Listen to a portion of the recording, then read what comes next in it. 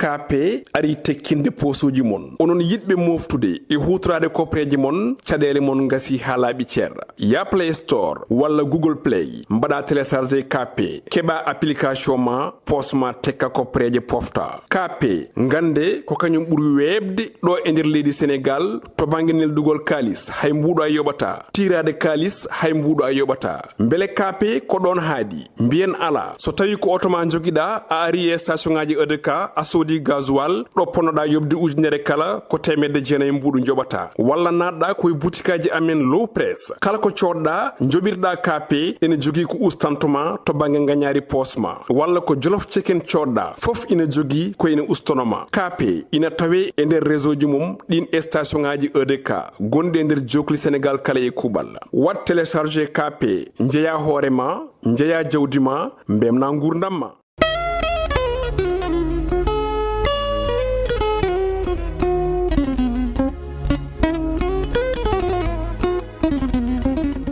bandiraɓe amtuɓe yebde ayawa habrirde Piindi TV caggal yettude geno gonɗo jondo en juule rasulu sallallahu alayhi wa sallam noon en calmini khalifaɓe diini en calmini kadine khalifaɓe aada ko noon calminirɗen ɓen ɓe ganduɗa ko ardiɓe ene galle he tugude baba Abou Habsatou ha yetti Daoudou Gueddada ko noon kadi ni calminirɗen ɓen ɓe ganduɗa ko waɗoɓe feere ha jiiɗen ko Piindi TV e Piindi FM ko radio e télé ɓe golloɓe galle ɓe fof en calmini tongode temedere e capanɗe nayyi e tati arti taw koye mbadi kubtodindi eɗen jaɓɓi gorko jeeyaɗo e nder reedu Fouta jeeyaɗo ɗo wiyete Ciloñ nde tawno eɗen gandi ko Ciloñ woni tengu rengu Fouta ene wiye Mouhamed Nouroudine LY ko on woni koɗo men e tongode temedere e capannayyi e tati en batta joni joni so wona tottudembo o salmodira yeɓoɓe ayawa habrirde Piindi TV kono kadi ko yeɓoɓe émission Hol Mbo Woni Aan assalamu aleykum. Waleykum salam Bamodi en jetti Allah en juuli kadi e rasul sallllahu alayhi wa sallam en mannorima kadi sahaɗo saha muɗum hawri o nduɗo lewru moƴƴuru e balɗe sappo cakkite korka en ñaguima Allah kadi yo Allah waɗan hen moƴƴere waɗan hen ɓuural en jettima kadi no feewi en jetti kadi sababu o no miñiraɗo meɗen Djiby Touré badɗo gandudel ngal ha oɗo émission wawi dañede hen en calmini noon jinnaɓe men en calmini sehilaɓe men en calmini hohoɓe men diine aada kono kadi en calmini kilifa men hande to banggue dowlugol e to banggue administration foof woni le ministre de la communication de télécommunication et de l'économie maître Moussa Bocar Thiam e salmindemo nde kadi en calmini dendagal hettentoɓe e tenkoɓe radio Piindi télévision Piindi TV en calmini kadi hohoɓe galle o likkutoɓe ɗo ɓe e kala kadi dillowo e kala fate en tout cas ɓamtude pulaar e ɓamtude culture pulaar kono fof en mbi ɗum assalamu aleykum wa rahmatullah e ɗum noon joni joni en jahto to résido garene o mo ganduɗa ko Abba Sarr artan en e biographie walla mbiyon darto gurdam Mouhamed Nouroudine LY en jeehi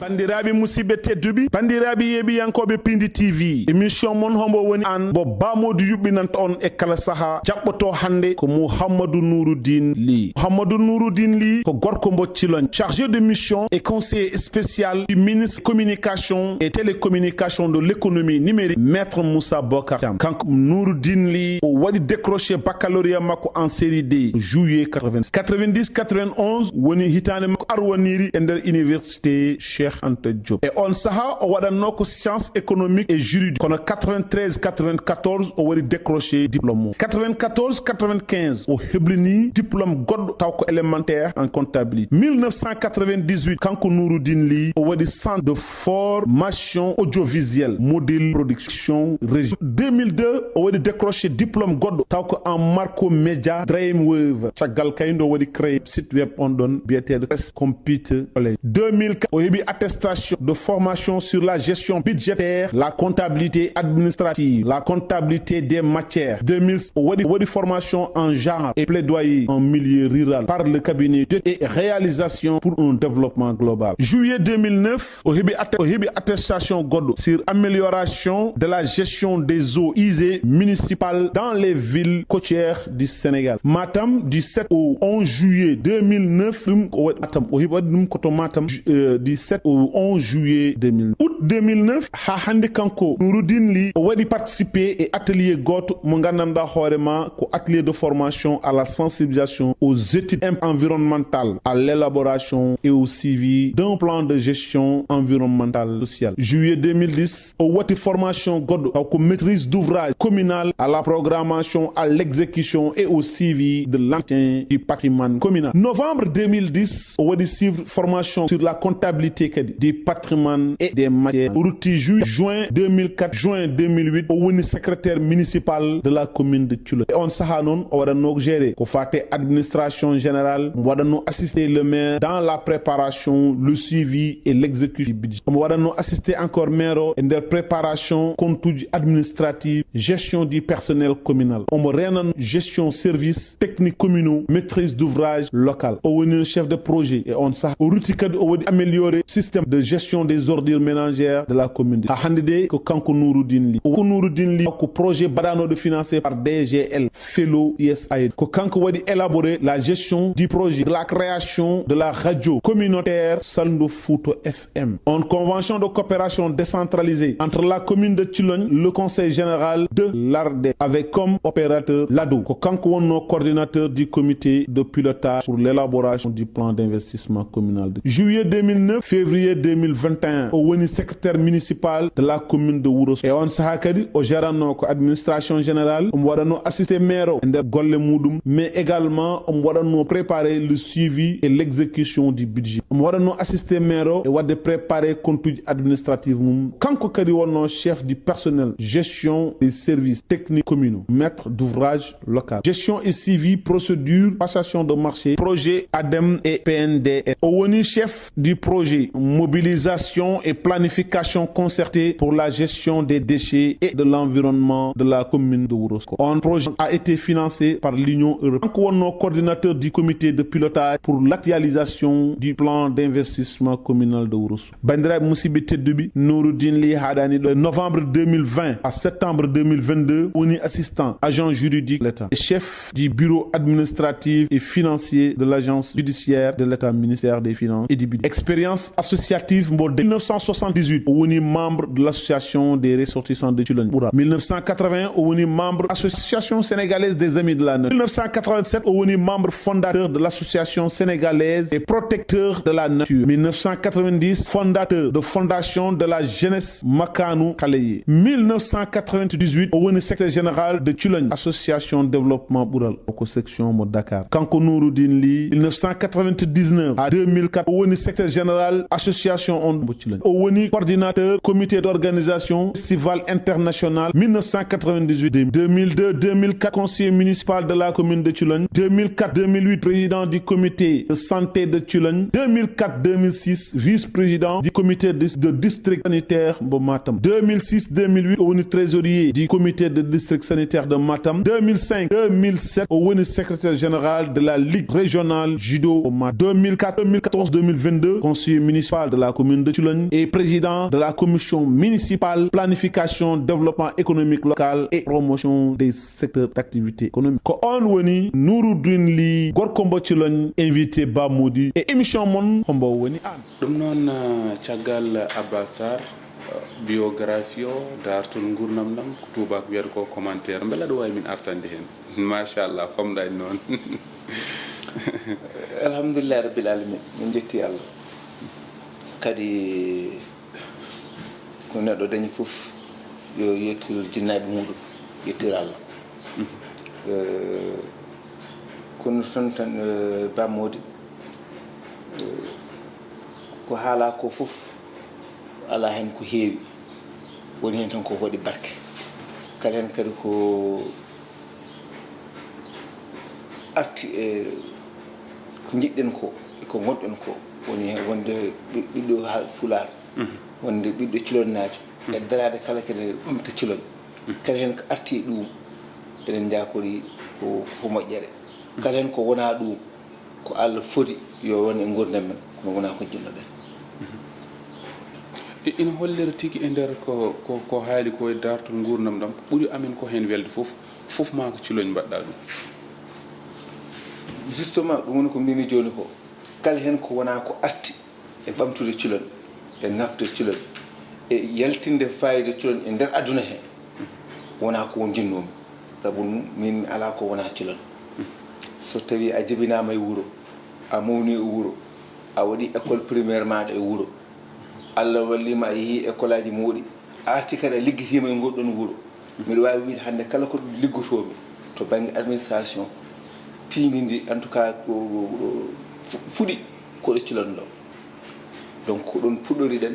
naɗen ko wiyetede développement local ko ɗon jaaɗen ha keɓɗen hen ɗo keɓɗen ɗo hannde ɗo donc enen kala ko jaaɗen e ko gartuɗen artata koye cilon kadi no kewi wiide ni min fayidam nder e bool fof ko cilon somi wi hannde aduna o fof so rendi cilon ɓuranimi yimɓe fof mboɗo yiɗɗi men aduna o fof mboɗo yiɗi kono ɓuranimi ko cilon somi haala ɗum tan mi nafiginal min ji 2098 walla 99 2004 a woni secrétaire général cilon association développement ko 98 ni par ce que enen en puɗɗima law e kala ko faate affaire pelle ɓamtare mbi sikki 78 nde mbaɗanmi CM2 jiiɗimi nadde e fedde ɓuural cilon mbattumi yaadude déjà e mone men mbiɗa waɗa théâtre uji e vacance uji min mbaɗa jangde pulaar école 1 cilon ɗo ɗum nden min ɓurno wonde sukaɓe e waɗannoɓe ɗum ɓe guila on saaha min puɗɗi waɗede tette e kala ko fate ko wiyete acteur de action développement min jaadi e ɗum min goppani ɗum ha Allah waɗi 98 ɗo e Dakar fedde teyade jeni joguino ko wiyete léthargie wayno mayat seeɗa ni eɗen jogui mawɓe men ko haralleɓe kono kadi ko yiɗɓe cilon yiɗɓe ɓamtade cilon daari yo fedde nde wurtu mbaɗi programme mawɗo kala cilonnaji gonnoɗo e Dakar yiya haalda waɗa démarche uji ha assemblée générale mawɗo waɗa ɗo école Malick Sy o teyade Dakar wurtina nde ɗum wurtina ko nden teyade France waɗi proposé teyade Dakar dartima teyade France ene daari on saaha teyade États-Unis aussi no woodi holno min mbaɗata min mbaɗa ko wiyete des journées culturelles on saaha ko jum waɗatno ko way noon mbi enen aussi mbaɗen ko way noon ƴeewen dañde ñalawmaji ɗi ngannduɗa cilon enen wona foyre aduna o aduna fof huccita he cilon yiye ande sabu ɗum ene jeeya ko ɓamtata cilon ɗum waɗi document ni momin guiɗino wadde pour wadde lancer les journées culturelles de cilon sa ƴeewi phrase gadano o min ƴettiti koko président Léopold Sédar Senghor haalatno ko woni la culture est au début et à la fin du développement ɗum woni komin guiɗatno haalde e tongote donc firti ko ɗum nawno min ko ɗum ummino min holno min mbaɗata ha cilon yiye cilon nane cilon jogue ñalawmaji ɗi ganduɗa aduna fof no huccita e muɗum wawa fodde ɓamtare wawa fodde investisseur uji wawa fodde yiɗɓe cilon gaɗa ɓamta cilon ko ɗum wonno anni o on saaha hawɗe eɗen goni secrétaire général adjoint journée théâtre mo Dakar mawɗo men Amadou Ilmane Kane gonɗo hannde vice président fédération kañum wonno secrétaire général kono activité ji mum dokkano mum nden darde enen gonno adjoint makko dartiɗen heen hawre proposition yen mbaɗa journée culture o ari wat kisa ko enen jogui fortague wawde ɗowde on ɗon première édition ko 1992 wonno c'était les sikki soni yejjitani ko 7 8 et 9 août 1998 wonno de Cilon ɗum noon la première édition des journées culturelles de Cilon sen ɓosi seeɗa 2002 2004 conseil municipal de la commune de Cilon kono kadi ni 2004 2008 président comité de santé Cilon way an tan ko gurdam ma ko Cilon mbaɗɗa ɗum fof ko Cilon par ce que 92 nde mbaɗen lancé journée culturelle de Cilon ko par 2 ans wonno mbiɗen ɗum ko les journées culturelles de Cilon mais 2000 e ballaltade France eɗen joguino des partenaires fonno e ɓuma toon ne wiye les amis de Thilogne enen goni to wuuro wiyetego Nancy mbiɗen taade wonti ɓen ene ngara heen ene jaade men e daɗɗuji journée culturelle de Thilogne jeltinen ɗum journée culturelle Thilogne tan mbatten ɗum festival international culture et développement ko ɗum addino ɗum addi festival culture international o mbattuɗen ɗum festival international sa ƴeewi première édition ko journée culturelle de Thilogne wiyeteno ko 72 heures Thilogne mais à partir de deuxième édition watti wiyede festival international culture et développement par ce que en nattini hen partenaire uji français ji mbatti yaadude men e on ɗon festival ko ɗum yehi rewi ha heeɓi hannde ɗo eɗen jaara hannde mi sikki e 12e édition mais ɗum fof ene hawri kadi ko Allah fodata mais yiddene hen jinnaɗo meɗen gorko yo Allah yurmo ɗum yaafo ɗum ko Allah no rokki ɗum jenɗe laaɓɗe ko kañum artiri en e nder Fouta on saaha ko ɗo liggotoɗen e Dakar o ñaagui en ngar jottoɗen Fouta annima ko wonno ko en ngar joddoɗen makko toon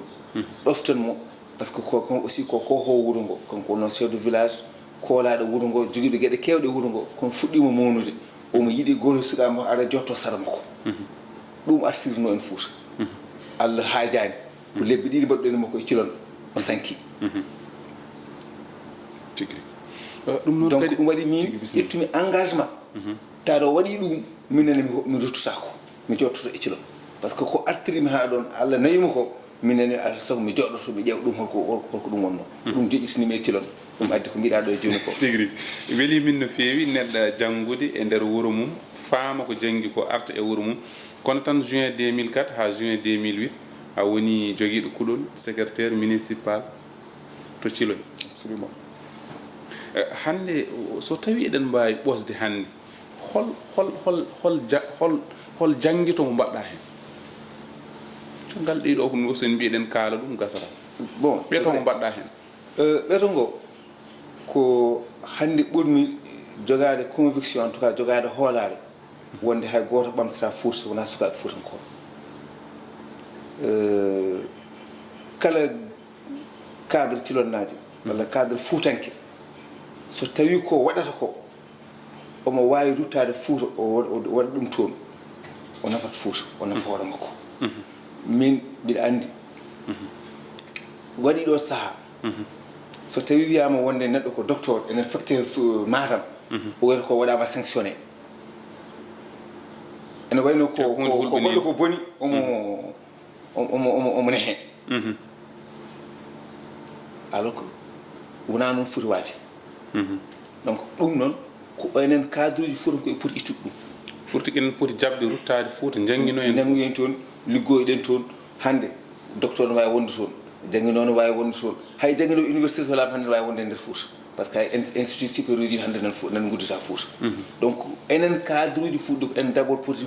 fuɗade yidde ruttade e nder Fouta kollen hande Fouta wona ladde tuula heela wona nguleyki bonki wona poussiére uji bonɗi gon toon wona cuuɗi tibaji tan gon toon yimɓe ene ñaama kuɗole e ɗum ɗo woni toon ko wuro ngo ganduɗa jeeya koye nder Sénégal wuro ngo ganduɗa so arani ɓamtade Sénégal en jogui mankata kono kadi hay radio saldu Fouta FM koye la saaha ngani ɓurnoɗa wotti laamu e nder wuro ngo nden radio ari Thilogne eyyi par ce que eɗen joguino yiyande lamde ko fate ɓamtare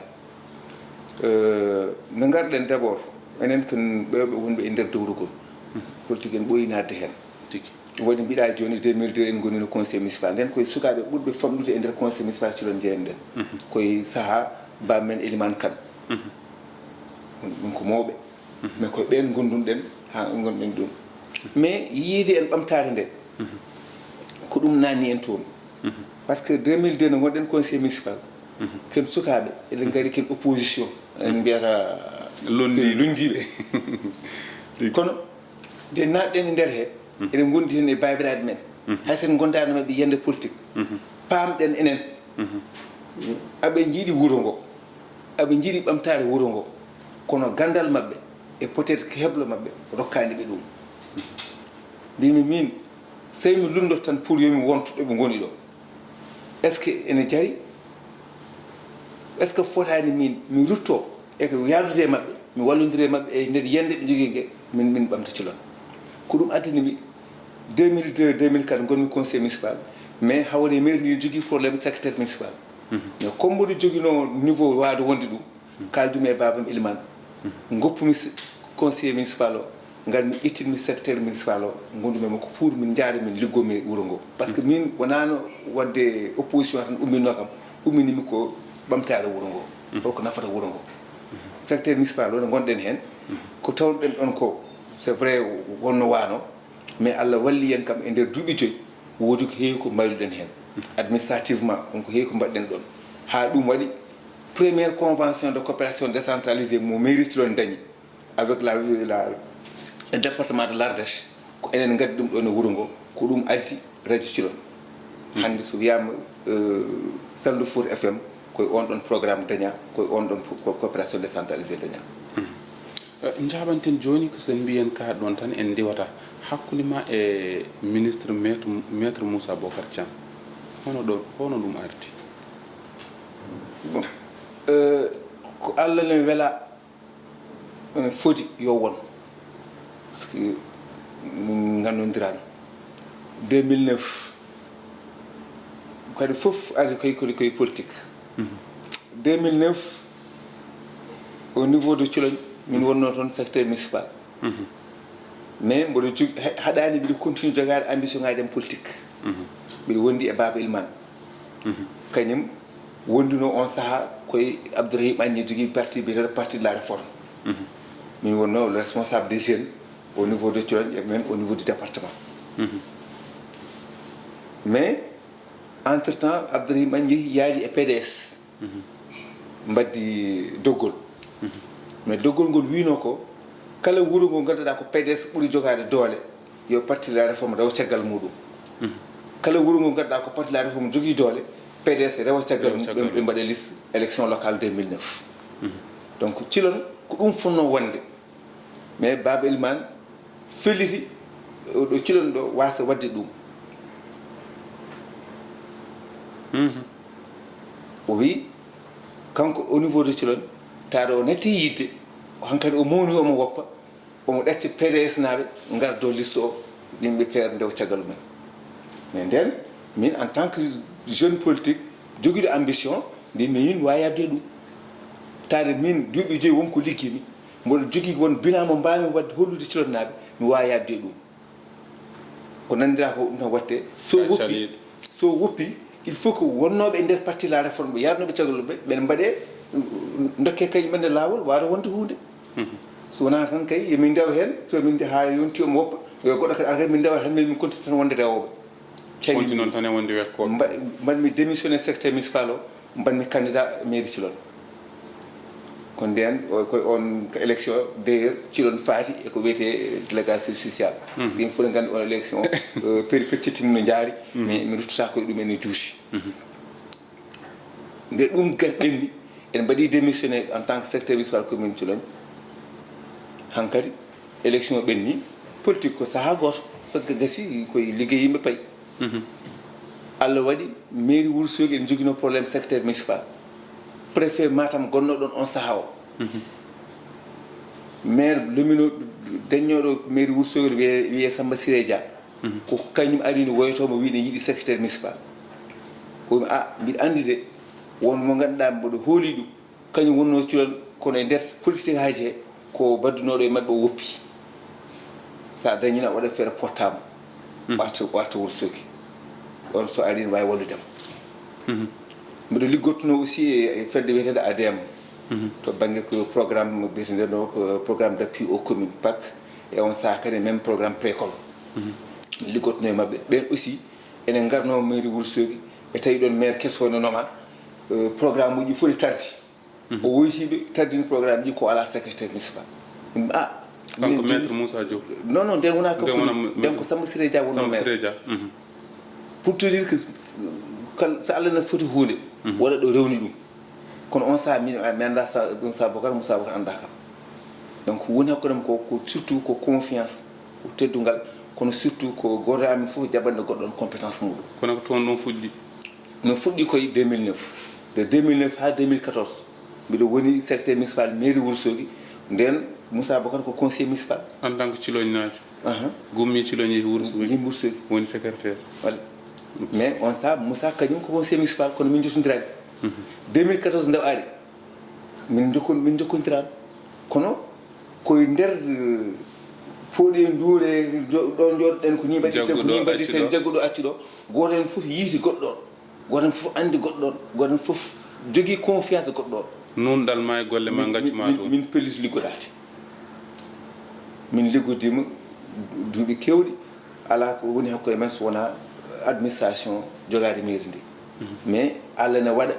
confiance ne ɓeydo yaade nangodiral ngal ɓeydo yaade ha wonti cehilagal ha wonti hande hayto banggue politique min jiitodiri min batti yaadude min batti wondude hande ene wayno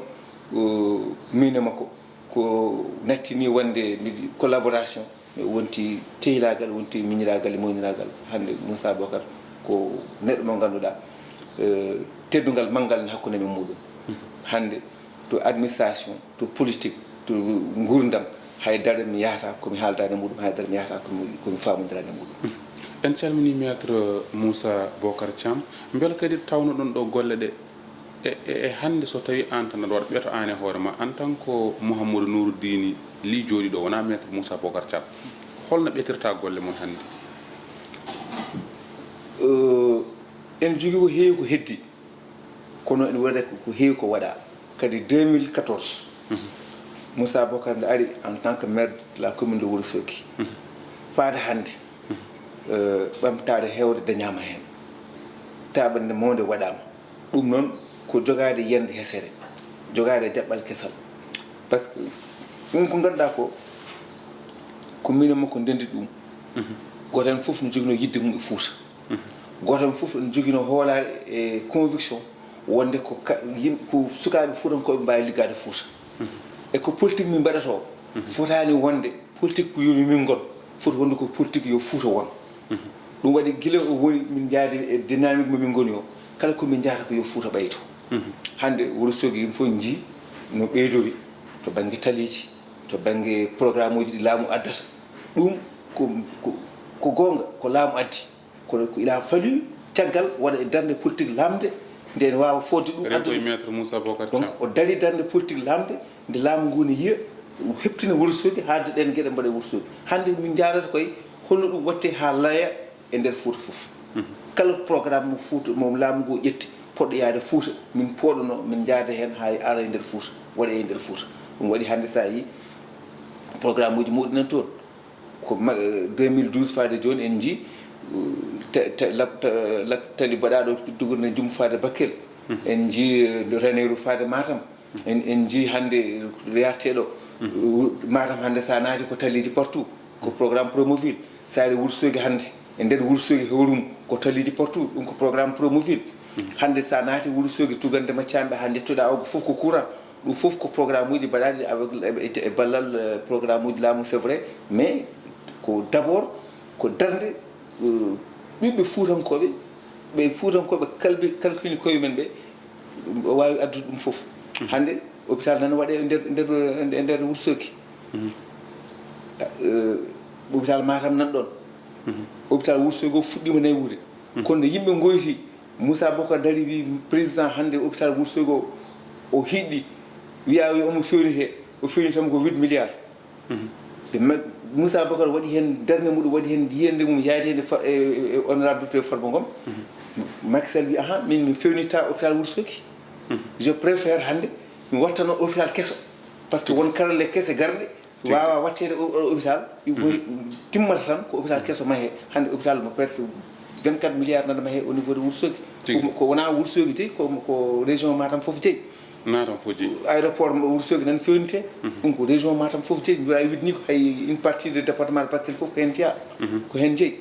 ko wona ɗum e ko wona ɗum mais ɗen goɗe foof addat ɗum d' abord ko darde ɓiɓɓe fuutankoɓe tigui rigui mbasa darorade tan yomi wat politique yomi won mais daroro yomi wat politique yo Fouta won ko ɗum woni yande Moussa Bocar ɗum woni yande jaɗɗene makko beele eɗen mbawi andude tan en morlat eɗen terodiri hojomaji min goɗɗi holde puɗɗiɗa wadde dawrugol woni politique holto jokkodiral ma e Macky Sall ummori mi fuɗɗimade politique ko ɓooyi min mbiɗa ni koye politique jibinami par ce que mona men fof nde battumi haqqille tan guila mbiɗa yaade semmude tomi ko mona men ene mbaɗa politique on saaha ko mouvement maoïs léniniste puɗɗimi wadde tetti e mumen mais déjà 93 mbiɗa wiide ni taw mi naati déjà e parti politique par ce que 93 déjà mbiɗo jeeyno e waɗatnoɓe landing savane campagne nde wonata candidat sans illusion nde woni première fois ande jo PADS ene yaha élection au niveau du Sénégal on saaha déjà min miɗo jeeyno e jeunesse ande PADS waɗatnoɓe politique mais ɗum fof nawtuɗe ɗum koye cilon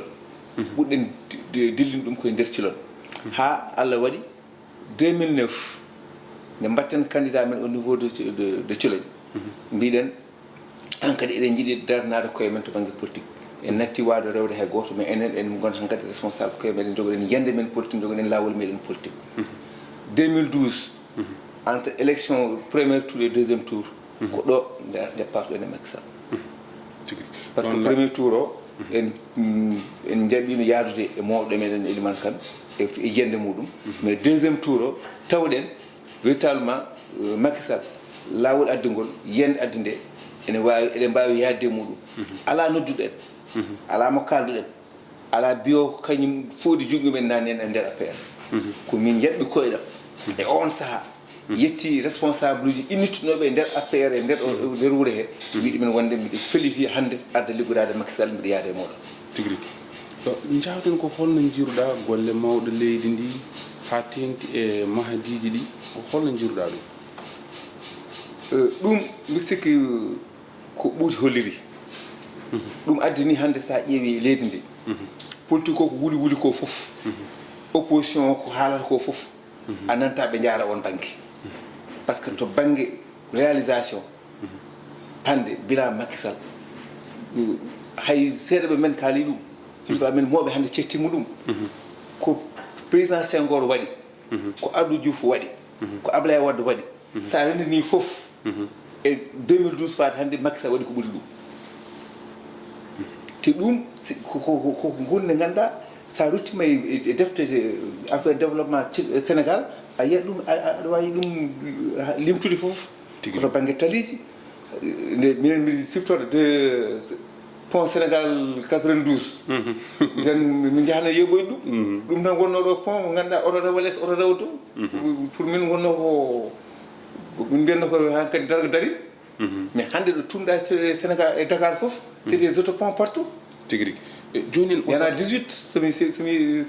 yeji tan tigui en ɓosat en baddade dar holno jiruɗa kadi londo leydi ndi e ɗi seppoji musɗi ummade 2012 ha fewde hande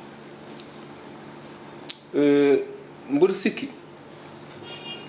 no mbimi joni ni so tawi tan ko yidde Sénégal yidde ɓamtade Sénégal hande président Macky Sall holli lawol hollugol eɗen cikki ko ngol foti continde kono noon yidde tan yomi won yidde tan yomi lomto hoto addani yimɓe wiide aussi ngal puusen leydi meɗen par ce que min ko ɗum jimi ɗo hande natti mi ala hen par ce que mi yiyalaka ko yeete ko natti mi ala hen par ce que liggaka wonti hankkadi ko mi ala hen tan par ce que goɗɗo iwɗo mboɗo jooɗo ɗum noon en pour wattu tagguilaji koye men mbasen jabde ɗum mbaɗen feere ko puɗɗen yiide ko waɗi nafoore ko waɗi gartam ko daroɗen yo continue holno jiruɗa ñawore hakkude Mame Mbaye Niang e Ousmane Sonko beela aɗa faami ñawore nde bon min wona ñawore nde ɓuuri waddemi probléme par ce que de toute façon ɗum ko gueɗal justice kadi neɗɗo waɗa ko andi waɗa ko anda ceerno Samas en wiyatno Sénégal fuɗɗima bonde guila radio yi puɗɗi waksa halat haal ko beeleɗa guila nden Sénégal fuɗɗi bonde donc neɗɗo wawa haalde hunde foof waɗa tan ko andi ko heddi ko waɗati anduɓe kala ɗum donc ñaworde nde ɗum en jogui waɓe haalde ɗum par ce que ɗum jaari mais to wona ɗum ko ɓuuri tengtude tan ko ɓuuri tidde ko woni ko jangguini tan ko yimɓeɓe wona par ce que mbiɗa yiɗi laamata tan ko welimi fof mi haala mo welimi fof mi takka mo welimi fof mi waɗa e dow gueɗe fannuji ɗiɗi d' abord mo kalta o ko joom famille komo kalta o ko joom ɓesgudo mani wiide neɗɗo darade aduna fof mbiya neɗɗo ko gujjo ɗum foti teddude e ɗemgal neɗɗo e ɗemgal dino wiide ɗum e dimmo hono muɗum ɗum ko ɗiɗi wona par ce que tan min de komi mbaɗowo politique yimɓe ne ndewe yam soɓe keewi soɓe kewani wona ɗum important par ce que hande kala mbaɗowo politique sénégal won rewɓe caggal maɗum mais koɓe noɓe poti fof ɓe mbawa rokkudema an fayida fodde aɗa kaɗa wawa yaltudinde hoorema e luwaji sénégal donc ko mbaɗa wonde fof kala ko wawi rewde yimɓe no foti e maɗa ya andu loi sénégal ɗen foti fawde e dow hoore maɗa pour min ko ɗum ɗo oɗo ndeɗo ñawol holli d' abord ko haala ko wona gonga ɗum tengti par ce que ñawama hankkadi wona natti takkore mais ensuite ko neɗɗo anda o wawa hande towde o tummino e nder sénégal ha loi o wasa fawde dow makko gasi ha laaɓi eɗen e mintaji hojomaji nogas e jeetati en gasni presque kono holno jiruɗa sumgoji payaɗi 2024 beela Macky Sall ma jeeyi hen walla jeeytaki hen kadi namdal gol ngal ko ha hande fuutankoɓe ina goya hôpital uji beela ɗum ina hani gasi noon ha laaɓi bon déjà ɗum ɗo tano ɗeɗo namɗi tan mbano wonde émission o tigi tigi kono men tongu ɗum to banggue ko mbiɗa ko 2024 en jogui hen yiyande lamde kadi nde wona nde ala ceereli hande politique no mbimi nani jaaduɗen koye Moussa Bocar Thiam jaaduɗen koye honorable député Farba Ngom eɗen jaadi e président Macky Sall Macky Sall noon son excellence le président Macky Sall kanko andi à quel moment o darto wiye Sénégal aɓe ko candidat kono minen wonduɓe makko ɓe e tuminaɗe ɓe jaadumi ɓe emin jogui minen ndimago koye men wiide minen ko kanko woni candidat men ko kanko min jiiɗi kanko min jiiɗen kadi so nanani min o wonata ko candidat par ce que emin jiiɗi ko liggoto ko continue par ce que emin jii hen koye men surtout to banggue Fouta emin cikki hande ko waɗete e Fouta ko darana e Fouta ko pour yaadude e namdagal ma ɗiɗo ngal ko ummani hande e nder Fouta ko emin cikki darade min o continue golle ɗe ɓuuri wadde fayida e Fouta ko wiide hande emin naata komin paamani emin jaaha ko yaade à l' aventure no français wiyata ni emin ƴeewoya goɗɗum komin ganda hoto fatni men mais hande ko Macky Sall waɗata nder Fouta ko emin paami ɗum emin cikki min poti ko darade minen fof min portamo min ñaagomo min kollamo yidde men hande ko yo won candidat 2024 en tout cas no Moussa Bocar wiiri ni no Farba Ngom wiiri ni 2024 ko président Macky Sall woni candidat men tigri ko noon en gasni noon ko mbayni ko heddi banggue hôpital uji ɗi e foof kam hanti nde san en mbaɗi morlal jiir en timmini hojomaji capantati bon malheureusement ene raɓɓiɗi par ce que Fouta seɗen kalɗum eɗen jogui hen no wiyete ni eɗe vraiment eɗen jiiɗa haalde tan ko juuti koko ganduɗa par ce que koko jiɗɗen haalde koko guurɗa kadi mais taade kadi ko tongode télé gonɗen alay saago en tongat e ɗum ko wiide tan Allah jarama a jarama yettude on aussi yettude ko gonɗon e wadde ko sengoɗen wiyatno on est dans un monde du donner et du recevoir ko mbatton koko hollude culture Fouta e culture Pulaar e Pulaago wonko wawi addude e ɓamtare aduna o ɗum noon ya rawata d' abord koye ɗum ɗo donc ko mbatton ko wona seeɗa ko yettude on hen e hollude on dernde amen e yidde amen ɗoftude on e ɗum hollude on aussi disponibilité amen eko mbatton ko toujours addude hen minen aussi gueɗal amen par ce que min gandi ko ɗum nafata ko wona ɗum ko jarnare dendagal hettiyankoɓeɓe et encore une fois wadde réitéré yiddam fayidagalam e dardam hakkudem e maître Moussa Bocar Thiam e honorable député Farba Ngom e yidde président Macky Sall yo jok continue joktade laamu ngu en 2024 ko ɗum woni min daroni ko ɗum min liggoto ko ɗum min kaɓete hande président Macky Sall 2024 yo gagno dès le premier tour o continue golle makko tigri ɗum noon Allah jarama o jarama Mouhamadou Nouroudine LY e ballal omo ganduɗa ko jibitori en jetti kadi omo ganduɗa ko ceerno bokum kono kadi eɗen jettanko enen tan e koye men famdembo fuutankagal famdembo kadi ni neɗɗo ɗo jibinano foti ɗon tinnade no jiruɗen ni wonken kalani hen saabu kanko gandal makko toɓɓere fof sen kaaɗina e ciloñ tan ina wawi wonde jewte temedere taw gasata wona ko ɗum saabu en jii hayɓe o gollet renoɓe ɗum ittude ɗo wayno wiyeteɓe nerviji renoɓe nawa Fouta kanko o wi wona noon o waɗata o ƴetti ko ciloñnaɓe hay yimoɓe nalankoɓe wonɓe toon waɓe ne ndey Coumba Dia en fof ko ciloñnaɓe ko jogui communication makko ko ciloñnaɓe yimoɓe ko ciloñnaɓe renoɓe ɓe ko ciloñnaɓe enen fuutankoɓe ko ɗon batte poɗɗen wattude hakkillaji dottoɗen e guure men saabu ko toon gummiɗen mbawen nafde o haali ɗo kadi ko wonno nden jangguinoɓe wiide ɗo yo nawi Fouta neɗɗo sikkata mataw ko cokaɗe cokɗe muusɗe nawaɗe robos noon mbawɗen wirude mais ɗum ɗon foof hande wanno ɗum ko enen salade ruttadema e nokku ma ina rokka nokku o doole an wawde jangguinde eno jiɗɗa janggonirde ni ɗum noon en jettima hen no fewi paaɗen koye konngol mbaynigi no ummori en to ceerno ɗa haali mo gollere golle Bobel Saare Kamalinko o wi barke e arsugo wona gotum kono kadi ni ma en gaddu konngol mbaynigo omo ganduɗa ko Alhaji Abou Ndiaye mo Daka FM walla mbiyen Daka Média o wi kanko Alhaji Abou Ndiaye o wi ko lamɗo o wi ko gueɗe o wi ko yimɓe nayo ina jooɗi Alhaji Abou Ndiaye yimɓe nayo ina jooɗi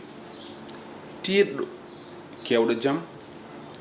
gando jankoniɗo miskin karay siro lamɗo ɓadiɗo yimɓe Alhaji Abou Ndiaye o wi ki yimɓe nayo ina jooɗi tiiɗɗo kewɗo jaam gando jankoniɗo miskin karay siro lamɗo ɓadiɗo yimɓe ko ni Alhaji Abou Ndiaye wi kono kadi ni omo ganduɗa ko biteɗo Maccuɗo Sarr gonɗo toon to Agnam jeyaɗo njum o wi karɗo jibini bewɗo bewɗo jibini parniɗo jibini moƴƴo moƴƴo jibini dokkowo keyɗuɗo jibini basɗo jibini mbo ala jibini mbo jogaki jibini mbo nafata sen defti hen Maccuɗo Sarr wi karɗo jibini bewɗo jibini parniɗo jibini moƴƴo jibini dokkowo keyɗuɗo jibini basɗo jibini mbo ala jibini mbo jogaki jibini mbo nafata ɗum ɗo noon ko ɗiɗo konŋe mbaynirɗen Allah jarama on jarama jokkon e yebde télé mon ha saaha goɗɗo hawrude welede gen tongode temedere e capannayyi